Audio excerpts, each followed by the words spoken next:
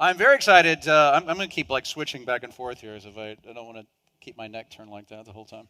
Here you go, buddy. Mario joins us from Vienna, Austria. One of my favorite cities in Europe, by the way. If anybody hasn't been, I highly recommend it, especially now if you are spending dollars while the euro is cheap. As Jim was saying, passing the canteen around. It's a great time to be visiting Europe. Beautiful city. And Mario is a private banker, and he's with Bank Winter, which you said was established in 1892. 1892. So that's basically an Austrian banking term. That's brand spanking new. It's a relatively new bank in Austria. These are really old banks, and as the old saying used to be, when the Swiss were looking for banking privacy, they would always go to Austria. Austria is a great place, very stable. But I want to talk specifically about banking. I think, in general, you'll never hear me be bullish on European banks, particularly European retail banks, European commercial banks. Obviously, the fundamentals, they have pitiful capitalization levels, pitiful liquidity levels. When you look at the assets on the balance sheet, the European banks are out, commercial banks, retail banks are out there loaning money to bankrupt governments at negative interest. These aren't places that I think are safe for people's capital. Now, there's a huge caveat that I think bears some remark, and that I think is the world of private banking. And private banking, particularly the traditional private banking model that came out of the European system, came out of Switzerland and Austria, is an entirely different animal. Private banking is not the same as retail banking. Private banking is safer. There's traditional, more wealth management involved. The idea was that you have a safe place, safe, responsible custodians who are taking care of your money, helping you grow your wealth, and protecting against the different risks that are out there. And you have a good relationship with your banker in the same way that you might have a relationship with your doctor or with your lawyer or something like that. A banker becomes a professional in your life that you have a strong and solid relationship with. So this is really the system, I think, that Mario represents. And I guess we'll go ahead and start talking about the bank. I mean, we were just talking about this earlier. In terms of the metrics that I always like to get to, liquidity levels, capitalization levels. When I'm talking about this, the root that I'm trying to get to ultimately is, what's the amount of cash that these banks have as a percentage of assets or percentage of customer deposits? How much equity do they have as a percentage of assets? What's their margin of safety? That's ultimately what it is. How much could they withstand a significant crisis, significant financial turmoil? Most banks, particularly in the West, the retail banks, we're talking about Western Europe, a lot of the banks in the United States, they hold a tiny, pitifully small percentage of their customers' money, their customers' savings, in cash. And I don't mean paper money. I'm talking about cash equivalents, things where you could actually go and move money out of the bank. Everything else, it's at 90, 95, 97% of the money. And I'm not making those numbers up. They put this in their own financial statements. 97% of the customer's savings is loaned out, invested, gambled away in the marketplace, or given to some bankrupt government. And so the private banking option is totally different. I'm going to stop talking now. Let's talk about Bank Winter. Give us a sense of it's a very conservative bank. Just talk to us about that and some of the numbers. Well, let's talk about in general about the requirements that governments, for example, have today. Yeah, the tier 1 capital ratio that usually is expected from banks is currently 8%. There are a lot of banks actually in Europe, all over the world, that can't even meet this 8% and are very close to be on top of that. Bank Winter has currently a capital tier 1 core ratio of 423%. Just say that one more time. So 423%. Yeah. Just even a lawyer, I sent this to a lawyer just recently to the US, and he said, "Hey, you forgot a comma there. Is something wrong?" I said, no, it's not wrong. I even couldn't believe it when I saw it. But one thing that, just to put a little bit more clarity on that, what you said was 100% true. There are worldwide banking guidelines now. Some of them are worldwide, the Basel Accords and so forth. Some of them are jurisdiction specific. In the United States, for example, the FDIC comes up with these new regulations and so forth. And what's interesting is they have these conferences. They say, okay, here's where we're going to set these minimum capital requirements for banks. And we're going to have this by 2014. And then 2014 comes and goes. They go, just kidding, we're going to roll it back to 2016. Now, why would you do that if the banks could comply with those capital requirements? The only reason that you keep moving the goalposts further back is because the banks can't comply with those minimum capitalization and liquidity requirements. That's why they keep moving the goalposts on that, because the banks just don't have the capital. That's the minimum set by the regulatory authorities. That's essentially what's happening. And so you guys don't even really worry about that. You just, it's an astounding figure. Well, the liquidity of the bank, for example, if you take total assets and compare with liquidity, we have total assets is about €1 billion, and liquidity is 50%. So we have 50% just liquid cash available. On top of that, we have investments, for example, in German bonds. We have T-bills, for example, all very, very short term. So we are very, very liquid in case of a stress system. This is exactly the kind of margin of safety that we're talking about.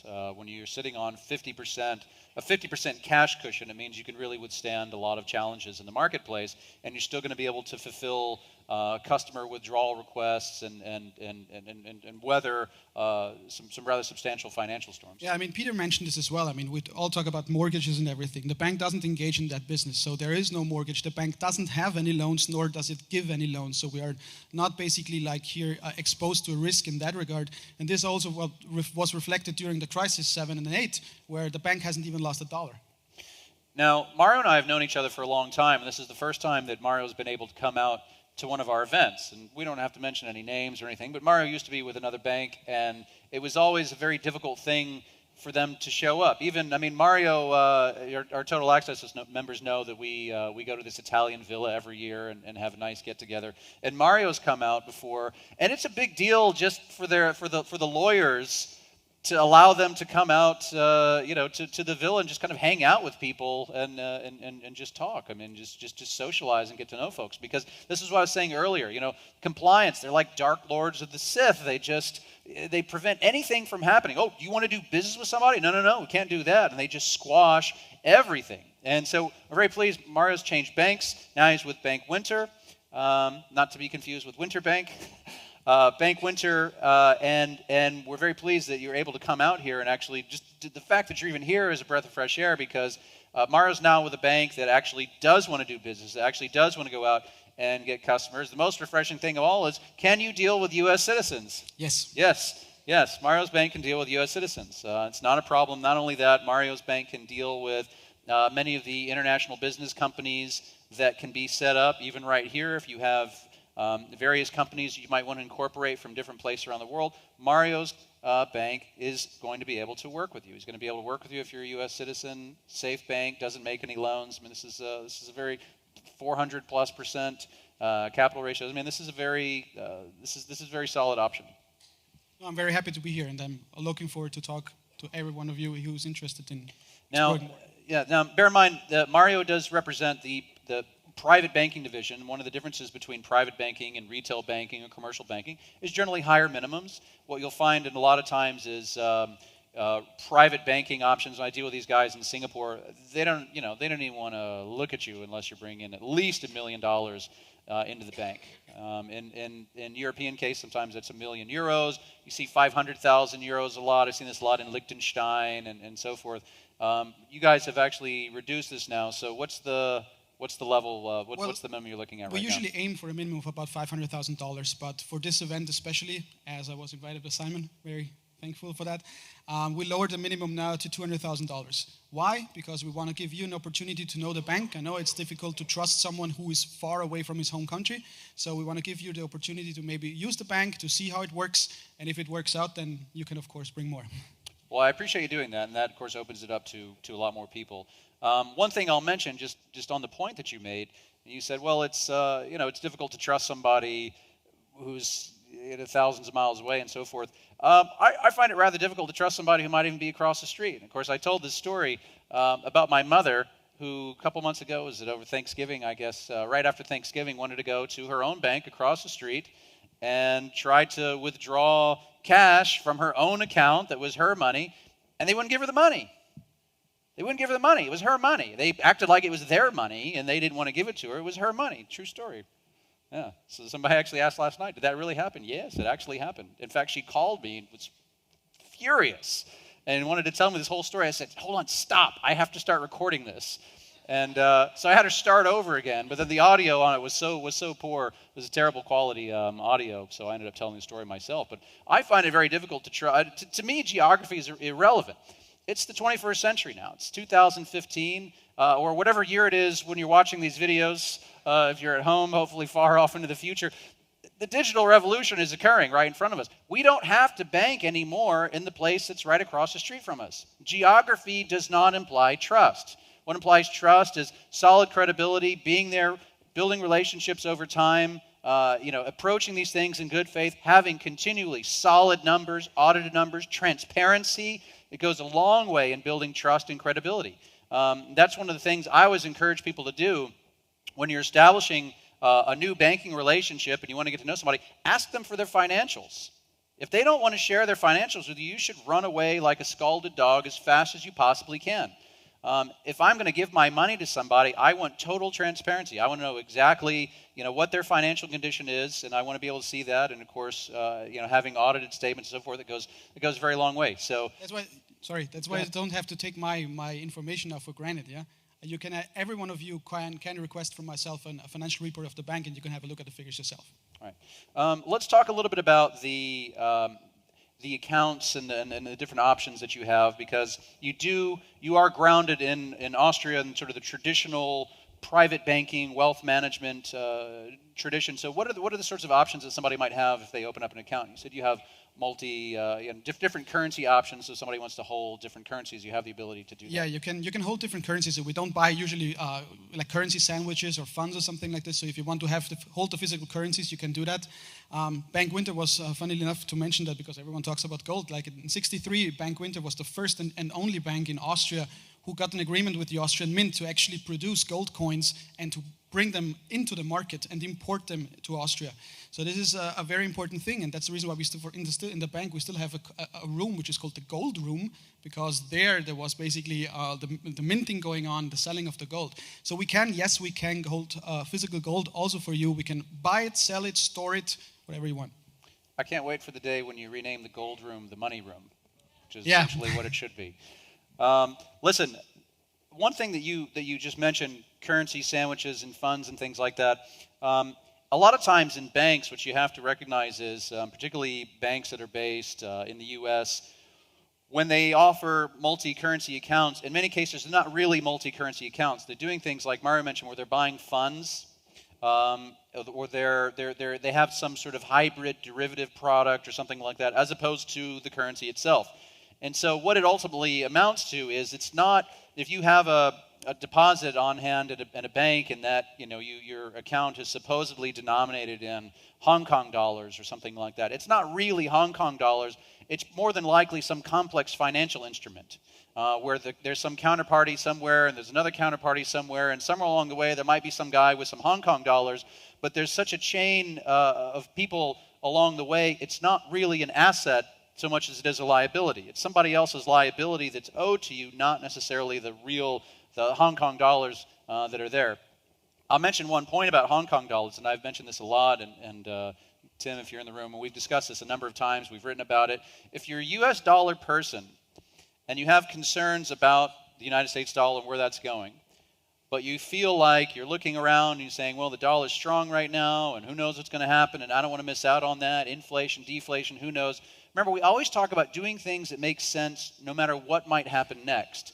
And I think owning the Hong Kong dollar is something that might make a lot of sense no matter what might happen next. And the reason for that is because the Hong Kong dollar is pegged to the US dollar at 7.8 plus or minus a very small band. And so you're really limiting the market risk of the currency fluctuating. You could buy any number of currencies, it could go up, could go down. If you buy Hong Kong dollars, if you're a US dollar person, you're not going to see that really fluctuate very much. So if the US dollar stays strong or it gets even stronger, then you're going to get that extra benefit. If, on the other hand, the US dollar suddenly just tanks overnight and those 500 people get up and leave the room like Jim's talking about, because we have a good sense for what's on the other side, then the Hong Kong Monetary Authority could quite simply just revalue the peg or depeg altogether, or create a basket of currencies and so forth, in which case it would really sort of cover your downside risk. And so I think it's a really sharp option. And we were talking about this earlier. At a bank like Mario's, you would be able to establish an account and own Hong Kong dollars, but really Hong Kong dollars and not some derivative product that's some guy's liability through some banks and we're actually being able to own Hong Kong dollars because of your network of corresponding bank accounts and so forth throughout the world. Yeah, exactly. I mean, you're not limited to, for example, hold 2 or 3 currencies. If you like to and it makes sense for you, you want to hold 10, you can hold 10. There's no limitation on that. So one of the interesting things that we're talking about is the account opening procedures. And ordinarily, again, Mario's bank is able to work with potentially all nationalities, U.S. citizens, Canadians, Mexicans. I'm sure we have some in the room. Anybody, wherever you're from. What about Austria? You can work with Austrians. You don't have any. Yeah, we can also deal with Austrians. Yeah, sure. Okay, Austrian bank, Austrian citizens. Good. Ordinarily, you would have to go through an intermediary. You're talking about you could go through an attorney or a licensed broker-dealer or something like that, unless that person comes to you and isn't, we're talking about U.S. citizens now, unless that person comes to you and is not on U.S. soil, correct? Exactly. Where do we happen to be? All right, that's why we do these things in these places. That's why it pays off to be in the room, because you're going to be able to take advantage because Mario's here. You could come to Mario. You've got account applications. Yes. You can start that process right here. Not necessarily right this second. We've got to wait for Tina and everybody else. You could start at the break and start filling out some of these account applications. Rather than completely inundate Mario, and if you want to start doing that, that's great. I would encourage you to fill out maybe part of the application, but you said that you can do, for example, business accounts as well. So if somebody has an account from some offshore jurisdiction, you want to establish a business and create an account, you're going to be able to do that through Mario's bank. They have to go through their KYC procedures and so forth.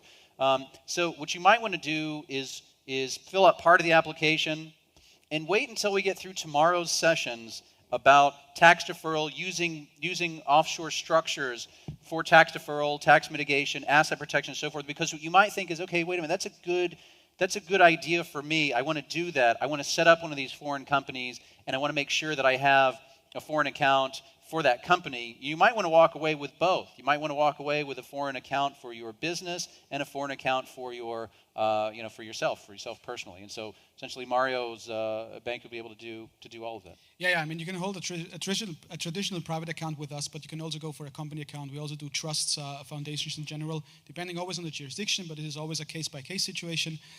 You can even hold, well, many people don't know, if you still have an IRA in the US, you can hold your IRA offshore also in our bank if you want to. Okay, excellent, outstanding.